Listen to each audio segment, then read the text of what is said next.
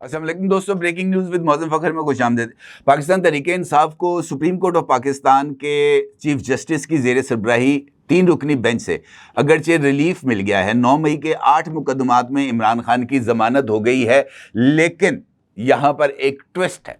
Twist ये है जनाब कि इस मुकदमे की कार्रवाई के दौरान सुप्रीम कोर्ट ऑफ पाकिस्तान के मुअज़्ज़ज़ चीफ जस्टिस जनाब जस्टिस याह्या अफरीदी साहब की तरफ से पाकिस्तान तहरीक इंसाफ के बानी चेयरमैन जनाब इमरान खान के लिए एक सख्त तंबीह, वार्निंग, बल्कि नताइज को भुगतने के हवाले से रिमार्क्स भी सामने आए हैं। और इन रिमार्क्स का मतलब मेरे नज़दीक ये है कि इमरान खान के लिए 9 मई के हवाले से अदालती अहकामात पर अमल दरामद ना करने की तलवार अब और ज़्यादा तेज़ हो गई है, जो कि किसी भी वक्त उनके ऊपर गिर सकती है। और ये सिचुएशन मुझे आगे चलकर इमरान खान साहब के लिए ख़ास तौर पर चीफ जस्टिस याह्या अफरीदी के इन रिमार्क्स के बाद और ज़्यादा संगीन हो सकती है। यकीनी तौर पर आप जानना चाहेंगे कि ये रिमार्क्स क्या थे। और आज सुप्रीम कोर्ट ऑफ पाकिस्तान के 3 रुकनी बेंच के रूबरू कार्रवाई के दौरान किस तरह चीफ जस्टिस ऑफ पाकिस्तान ने इमरान खान के वकील सलमान सफदर साहब को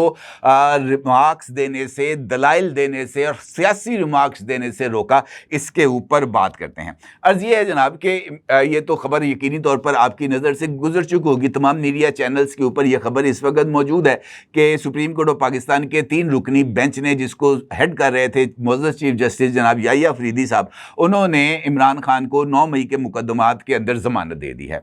अब मामला ये है कि इस केस की समाअत के आगाज़ से पहले यानी गुज़िश्ता 2 दिन में चीफ जस्टिस याह्या अफरीदी साहब पर बड़ी शदीद तनकीद हो रही थी।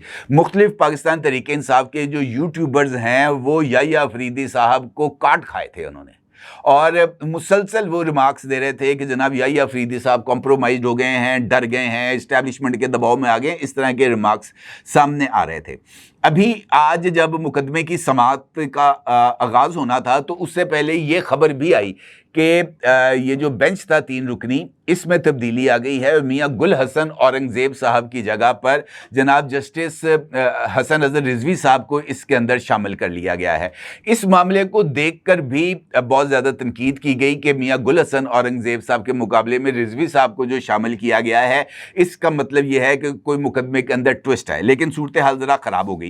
उस वक़्त जैसे ही मुकदमे की समाअत का आगाज़ हुआ तो चीफ जस्टिस ने सलमान सफदर साहब को सुनने से इनकार कर दिया। उन्होंने कहा जनाब आपको अभी हम नहीं सुनेंगे, पहले हम इस मुकदमे के बारे में बात करेंगे और प्रोसिक्यूटर से पूछेंगे जो कि पंजाब गवर्नमेंट की तरफ से नामजद किए गए हैं, उनसे पूछेंगे कि ये मुकदमा क्या है और बानी पीटीआई को किन वजूहात की बुनियाद के ऊपर इस मुकदमे में रखा गया है। अलबत्ता मुकदमे के मेरिट्स के ऊपर किसी तरह की कोई बात नहीं होगी। इस पर जनाब ये जो प्रोसिक्यूटर साहब थे, इन्होंने अपने दलाइल का आगाज़ किया और अदालत में समाअत के दौरान जब प्रोसिक्यूटर के दलाइल से अदालत मुतमईन ना हो पाई तो इस दौरान चीफ जस्टिस याह्या अफरीदी ने रिमार्क्स में कहा कि सुप्रीम कोर्ट ने मेरिट पर ऑब्जर्वेशंस दी तो ट्रायल मुतासर होगा। यानी जो प्रोसिक्यूटर थे उन्होंने अदालत की वाज़ेह डायरेक्शन कि आपने मेरिट के ऊपर बात नहीं करनी, मुकदमे के मेरिट पर, क्योंकि उस हवाले से जो भी बात आएगी तो उसके जवाब में सलमान सफदर साहब को भी सुना जाएगा। आपने महज मामले को इस हद तक महदूद रखना है कि ज़मानत हो सकती है या नहीं हो सकती। जनाब प्रोसिक्यूटर ने इसके बावजूद भी मेरिट के ऊपर दलाइल देने की कोशिश की तो चीफ जस्टिस ने उनको रोक दिया और फिर उनसे सवाल किया कि अब तक सुप्रीम कोर्ट ऑफ पाकिस्तान का ये जो ज़मानत के हवाले से है मुल्ज़म, उसका जो रेशो है वो क्या है।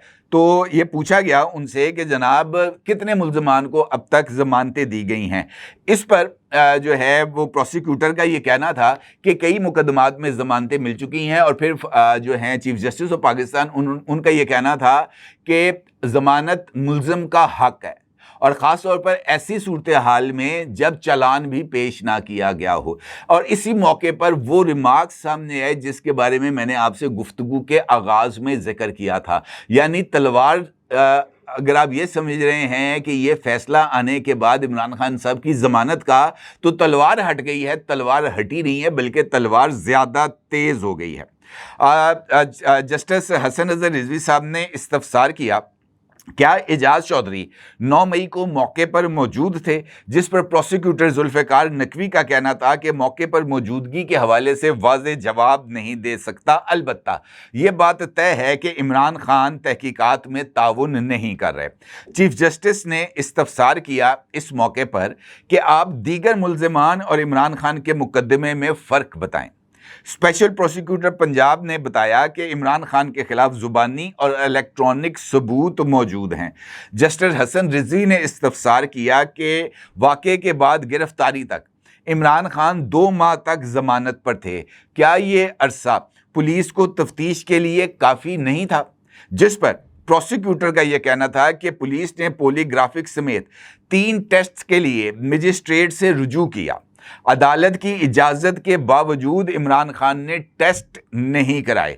اس پر chief justice of Pakistan mister justice Yahya Afridi کا کہنا تھا کہ اگر ایسا ہے یعنی عمران خان نے ٹیسٹ نہیں کرائے تو پھر اس کے قانونی نتائج ہوں گے، یعنی پھر عمران خان کو اس کا خمیازہ بھگتنا پڑے گا، اور اس کا مطلب یہ ہے کہ عدالتی احکامات پر عمل درآمد نہ کرنے کا بوجھ بھی اب عمران خان کو اٹھانا پڑے گا ٹرائل کورٹ کے اندر۔ یہ بڑی امپورٹنٹ پیش رفت ہے، میرے نزدیک ضمانتوں سے بڑھ کر یہ پیش رفت ہے کہ جناب عمران خان صاحب کے لیے سپریم کورٹ آف پاکستان سے اب یہ ڈائریکشن آ گئی ہے، خاص طور پر عدالتی احکامات پر عمل درآمد نہ کرنے کے حوالے سے۔ اب جہاں تک ضمانتوں کی بات ہے، عمران خان صاحب کو 9 مئی کے مقدمات میں ملوث تو قرار دیا گیا، لیکن یہ جو 8 مقدمات ہیں ان میں سے باقی جو تمام ملزمان ہیں ان میں سے کئی کا ٹرائل بھی ہو گیا، کئیوں کو سزا بھی ہوگی۔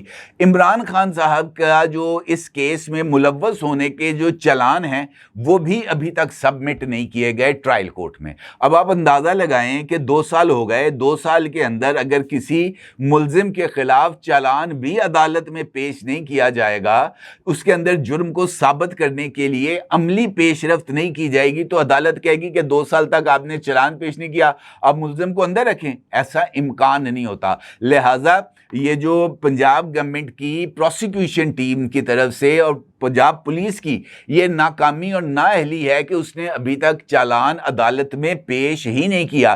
ایک جوائنٹ انویسٹیگیشن ٹیم بنی تھی، اسپیشل انویسٹیگیشن ٹیم تھی، جس نے جا کر عمران خان صاحب سے اڈیالہ جیل سے تحقیقات بھی کی تھی۔ اس کی رپورٹ کی بنیاد پر اگلی کارروائی ہونی تھی اور چالان پیش ہونا تھا، لیکن ابھی تک چالان پیش نہیں ہوا۔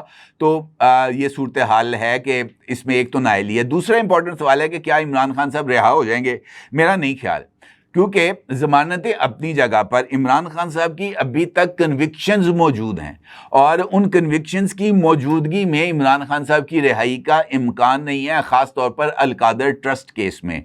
90 ملین پاؤنڈز کیس میں عمران خان صاحب کو اور محترمہ بشرا بی بی صاحبہ کو دونوں کو سزائیں ہو چکی ہیں، اور جب تک وہ سزائیں کالا دم قرار نہیں ہو جاتی یا عمران خان صاحب کی سزاؤں کی معطلی کے حوالے سے، یعنی ان کی ضمانت کے لیے اسلام آباد ہائی کورٹ سے آرڈر نہیں آ جاتا، اس وقت تک عمران خان صاحب چاہے تمام مقدمات میں ان کی ضمانتیں ہو جائیں، عمران خان صاحب رہا نہیں ہو سکتے۔ اور اس کے ساتھ ساتھ ابھی توشہ خانہ 2 کی سماعت بھی جاری ہے اور GHQ حملہ کیس کی سماعت بھی جاری ہے۔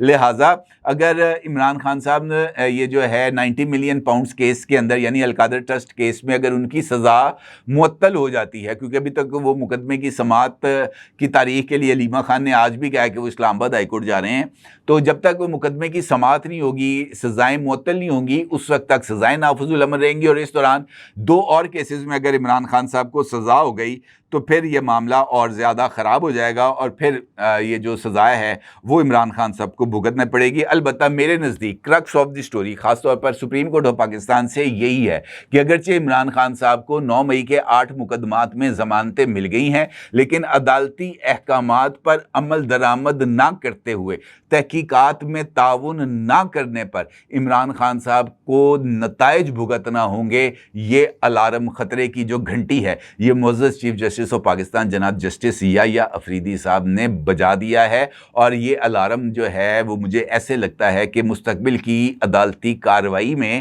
یہ پروسیکیوشن کی طرف سے ان ریمارکس کو، اس آبزرویشنز کو نہ صرف استعمال کیا جائے گا بلکہ اس کی بنیاد پر ممکنہ طور پر عمران خان صاحب کو اور بھی کوئی سزا مل سکتی ہے۔ اپنی رائے کا ضرور اظہار کیجیے گا۔ آپ کو بہت شکریہ۔ اللہ حافظ۔